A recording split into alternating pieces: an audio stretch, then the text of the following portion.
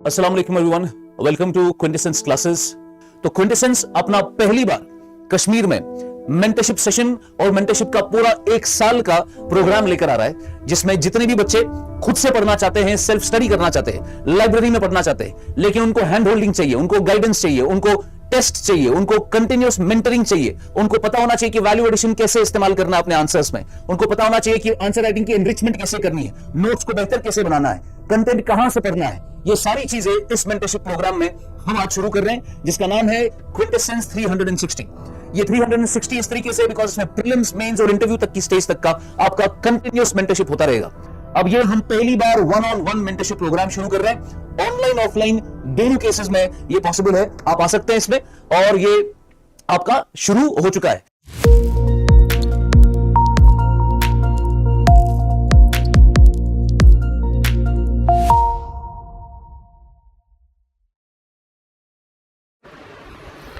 हमारे पास एक क्वेश्चन है, evaluate the importance of satellite docking missions like SpaceX for India's long term space infrastructure and commercialisation goals. जैसा कि आप जानते हैं कि रिसेंटली इंडिया ने पहली बार डॉकिंग मिशन किया है जिसका नाम स्पेसएक्स है, तो इसीलिए ये क्वेश्चन आपके एग्ज़ाम में डाला गया है। तो पहले हम इसकी डिमांड निकालेंगे, फिर देखेंगे कि डिमांड जो हमने निकाली है क्या बच्चे ने उसी हिसाब से उसी कंटेक्स्ट में अपना आंसर दिया है कि नहीं दिया है। देखिए, स्पेस डॉकिंग मिशन जो है ओवरऑल ये साइंस एंड टेक के स्पेस टेक में आता है। तो ये हो गया आपका टॉपिक या थीम जहाँ से ये निकाला गया है। उसके बाद next step in demand deciphering is directive कौन सा है, डायरेक्टिव कौन सा है इसमें, तो वो है आपका इवैल्यूएट। तो इवैल्यूएट देता है, डायरेक्टिव की बेसिस पे निकलता है आपके आंसर का स्ट्रक्चर, कि आपके आंसर का स्ट्रक्चर कैसा होना चाहिए, इसमें क्या क्या डायमेंशंस शेयर होनी चाहिए। फॉर एग्जांपल इवैल्यूएट में आपको सिंपल पॉजिटिव्स या और नेगेटिव्स या इन दिस केस चैलेंजेस या लिमिटेशंस के बारे में लिखना है, और ultimately you have to conclude with a well reasoned judgement. ठीक है, डायरेक्टिव के बाद आपका इसमें आता है रोल, जो मेन इसका है वो है फोकस पॉइंट क्या है इसका, या क्वेश्चन की स्टेटमेंट का क्लेम क्या है, वो आपको एड्रेस करना है। This is actually the core of your answer, जो आपको एड्रेस करना है अपने आंसर में। अब इसमें क्या क्या बात कही गई है, इसमें कहा गया है सिंपल, तो what is the focus point, importance of satellite docking missions for India's long term space architecture and commercialisation goals. तो ये हो गया आपका इसका स्टेटमेंट जिसको आपको एड्रेस करना है। और उसके बाद लास्ट पे देखा जाता है कि हमारा जो कंटेक्स्ट है वो हमें क्या डायरेक्शन दे रहा है। कंटेक्स्ट इसका ऑलरेडी आपको पता है, वो आपका स्पेसएक्स है, that is a recent context यहाँ पे देना है आपको, क्योंकि ये रिसेंटली हुआ है। तो अब हम देखते हैं इसका बच्चे ने इसका आंसर कैसे दिया है, तो उसी हिसाब से हम उसको आप फीडबैक देंगे।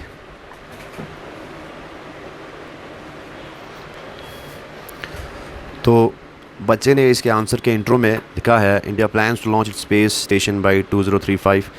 Technology such as space docking are fundamental for progression towards that goal. More और लेस ये जो इंट्रो है थोड़ा स्लाइटली रेलेवेंट है फ्रॉम वन डायमेंशन, लेकिन overall as per the question demand इसमें एड्रेस होना चाहिए था स्पेसएक्स के बारे में, India's first space docking mission, उसको एड्रेस करना था। और स्लाइटली थोड़ा बहुत इसका इम्पैक्ट या इसका इम्पोर्टेंस क्या है रिगार्डिंग जो क्वेश्चन का कोर था, लॉन्ग टर्म स्पेस इंफ्रा और कमर्शलाइजेशन पे। ठीक है, तो स्लाइटली एक लाइन यहाँ पे अगर इसने लिखी होती तो थोड़ा बहुत कुछ मिल जाता है इसको इंट्रो को, लेकिन एक हिसाब क्वेश्चन के हिसाब से ये intro we can regard this as a weak intro because it has no link with what is being said in the question. ठीक है, coming to the body, question की डिमांड के हिसाब से क्वेश्चन की जो हेडिंग आनी चाहिए वो आनी चाहिए importance of space docking missions for India's long term space infrastructure and commercialisation goals. लेकिन ये बच्चा क्या कर रहा है, ये स्पेस डॉकिंग मिशन का ओवरऑल इंपॉर्टेंस ले रहा है. He is not using specific dimensions, long term infra और कमर्शलाइजेशन गोल्स के बारे में बात नहीं कर रहा है. चलिए पॉइंट्स पे देखते हैं. पॉइंट्स क्या है? Chandrayaan 4 mission, technology becomes crucial. Interplanetary missions demonstrate space docking may help in space exploration. Mars, Gaganyaan mission to space tourism. ठीक है. तो पहले तो बच्चे ने स्पेसिफिकली मेंशन एड्रेस नहीं किया जो डिमांड थी क्वेश्चन की. दूसरी चीज़, these are more or less examples which can be quoted. These are more or less examples. They are not the core points. They are not the core points which highlight knowledge of the question. Keyword deficient भी है इनका answer. तो what do you mean by the core points? core points से हमारा क्या मकसद है यहाँ पे core points को एड्रेस करने का? core point क्या होता है?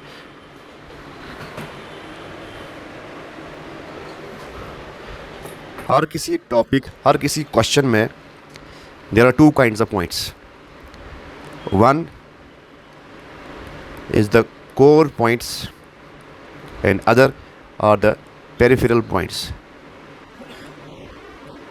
Peripheral points are those points which are relevant to the question, मगर वो कोर में नहीं आते हैं, यानी कि सरफेस पॉइंट्स जो क्वेश्चन ने एड्रेस करने को नहीं बोला है, या क्वेश्चन ने कहा है ओवरऑल एड्रेस करो उसको, लेकिन जो जिसके बारे में पूछा गया है उसको ही एड्रेस करो. फॉर एग्जांपल, अब कोर पॉइंट जो है स्पेसिफिक होगा इस क्वेश्चन में रिगार्डिंग स्पेस इंफ्रास्ट्रक्चर और कमर्शलाइजेशन का. ठीक है, तो कोर क्या एड्रेस करेगा, पॉइंट्स क्या एड्रेस करेंगे? इंफ्रास्ट्रक्चर और कमर्शलाइजेशन को. लेकिन पेरिफेरल पॉइंट जो सरफेस पॉइंट्स है वो जैसे स्पेस टूरिज्म या ये एग्जाम्पल इंटरप्लैनेटरी मिशंस जो उन्हें एग्जाम्पल दी है, यानी कि वो एक हिसाब से ब्रॉड पर्सपेक्टिव में जा रहा है, ना कि नैरो पर्सपेक्टिव जिसकी डिमांड क्वेश्चन ने की है. तो इन दिस केस इस बच्चे ने बहुत सारे पॉइंट्स मिस कर दिए हैं जो यहाँ पे ये इंक्लूड करना था इसको. जैसे हम बात कर रहे हैं लॉन्ग टर्म स्पेस इंफ्रास्ट्रक्चर की, तो उसमें जैसे सबसे मेन पॉइंट्स का था ऑर्बिटल सर्विसिंग कैपेबिलिटी या फाउंडेशन ऑफ स्पेस आर्किटेक्चर, जिसमें रोल बहुत बड़ा रोल था स्पेस डॉकिंग का. उसके बाद रेस्क्यू ऑपरेशंस, कभी सैटेलाइट कहीं पे पुरानी हो जाती है, सर्विस नहीं होती है, उसकी सर्विस होती है, उसकी सर्विस करनी होती है उसकी, तो या कहीं पे कुछ हो जाता है, कमी तकनीकी खराबी आ जाती है, तो वहाँ पे रेस्क्यू ऑपरेशन के लिए हम इस्तेमाल करते हैं स्पेस डॉकिंग को. और इंडिया की स्ट्रैटेजिक ऑटोनॉमी के लिए. चलो ये पॉइंट्स अगर हम लिखेंगे अपने एग्जाम में तो दीज आर रेलेवेंट पॉइंट जो हम पुट कर सकते हैं अपने आंसर में. इसी तरह कमर्शलाइजेशन की बात अगर करेंगे तो इसमें सबसे बड़ी बात इंडिया के लिए है कि it puts India on the map of orbital logistics market, यानी कि हम लिखेंगे यहाँ पे entry to orbital logistics market. ठीक, एक और चीज़ इसके बाद इंडिया के नए स्पेस सेक्टर में को बूस्ट करेगा. ठीक है, उसके बाद एक सस्टेनेबल ऑर्बिटल इकोसिस्टम हमारा तैयार हो जाएगा. तो ओवरऑल ये दो जो पॉइंट्स, ये जो पॉइंट जो डिमांड थी इसकी, उस हिसाब से इसमें इनमें से कम 2 या 3 पॉइंट्स इसको मेंशन करने थे, लेकिन बच्चे ने क्या किया है, इसने ओवरऑल एग्जाम्पल्स दी है और मेन पॉइंट्स को एड्रेस नहीं किया है. अब आती है बात इसके डायरेक्टिव की, वो था इसका इवैल्यूएट. तो इसमें भी बच्चे ने कमी पाई, ये पहले पार्ट में भी लैग कर गया, और दूसरा पार्ट जो चैलेंज था, लिमिटेशन था, उसको तो इसने एड्रेस ही नहीं किया. तो ये कंक्लूजन जो लिखा है इसने, ये इनइफेक्टिव है, क्योंकि ऊपर जब डिमांड को एड्रेस ही नहीं किया है तो कंक्लूजन का आएगा। इसमें जजमेंट चाहिए थी एज पर इवेल्युएट। जजमेंट भी क्या होनी चाहिए थी after viewing both the points, limitations as well as its role. एक जिसमें हम जजमेंट क्या करते, इस पर हम दिखाते कि ऐसे मिशन जो है, स्पेस डॉकिंग मिशन जो है लाइक स्पेस, इनको और तरजीह देनी चाहिए, इनका इम्पैक्ट और एलिवेट होना चाहिए, ताकि इंडिया एक स्पेस टेक में भी एक लीडर बन जाए ओवरऑल। और इन चैलेंजेस को एड्रेस करने के लिए नए नए तरीके होने चाहिए, जैसे R&D में इन्वेस्ट कीजिए, ऐसा कुछ।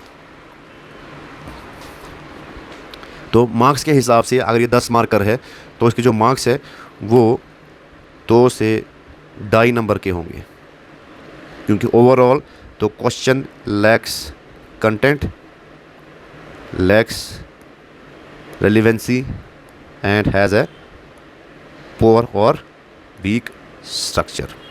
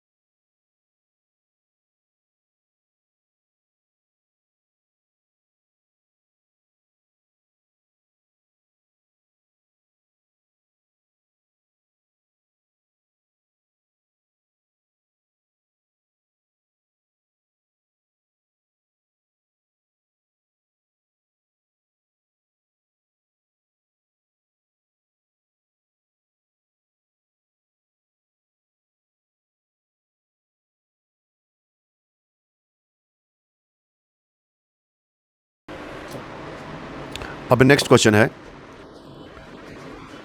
critically access the role of finance commission in strengthening India's fiscal federalism। Demand इसकी क्या आएगी, पहले टॉपिक देखेंगे, टॉपिक कौन सा है, टॉपिक है इस इंडिया का फिस्कल फेडरलिज्म। डायरेक्टिव क्या है, क्रिटिकली एक्सेस, यानी कि arguments in favour, counter arguments, और उसके बाद ए वेल रीजन्ड जजमेंट इसको एंड पे देनी है। और जो कोर है इसका वो है इसका role of finance commission in strengthening India's fiscal federalism. और कंटेक्स्ट की अगर बात करेंगे तो रिसेंट सेंट्रल स्टेट के रिलेशंस के इश्यूज, इवेंट्स जो है वो भी हम इसमें हाईलाइट कर सकते हैं। अब आते हैं आंसर पे। सबसे पहले ये आंसर जो है इन्होंने बहुत बड़ा लिखा है, तो इनको हम देंगे try to shorten it, at least this is the intro border line. उसके बाद इंट्रोडक्शन सीधे बॉडी में आना चाहिए। तो हम although it states that the president balancing the revenue between center and state and to ensure fiscal equalization across states।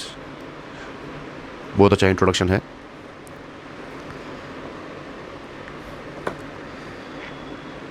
Finance Commission is considered as a balancing wheel of fiscal, good point, following rule integrity। ठीक है, ये यहाँ पर भी लिख सकते थे, तो ये एक बहुत ही बेहतरीन इंट्रो बन जाता। अब आती है बॉडी की बात, तो रोल ऑफ फाइनेंस कमीशन पूरा लिखे इन India's financial federalism. Sorry physical federalism. पहली बात कॉन्स्टिट्यूशनल मैंडेट 280 का मेंशन किया गया है, इधर भी मेंशन किया है 280 का। Good, because the judicial body helps in fulfil development needs, it's a good point.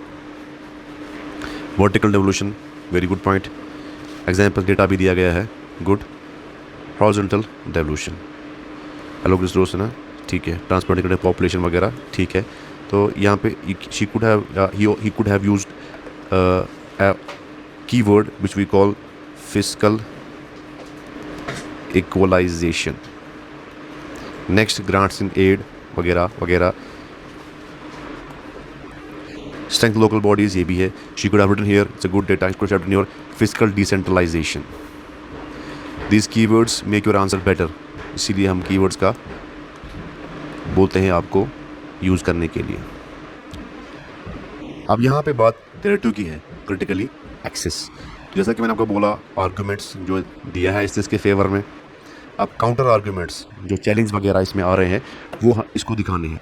लेकिन यहाँ पे आप देखो, this question was a 10 marker, so space is limited.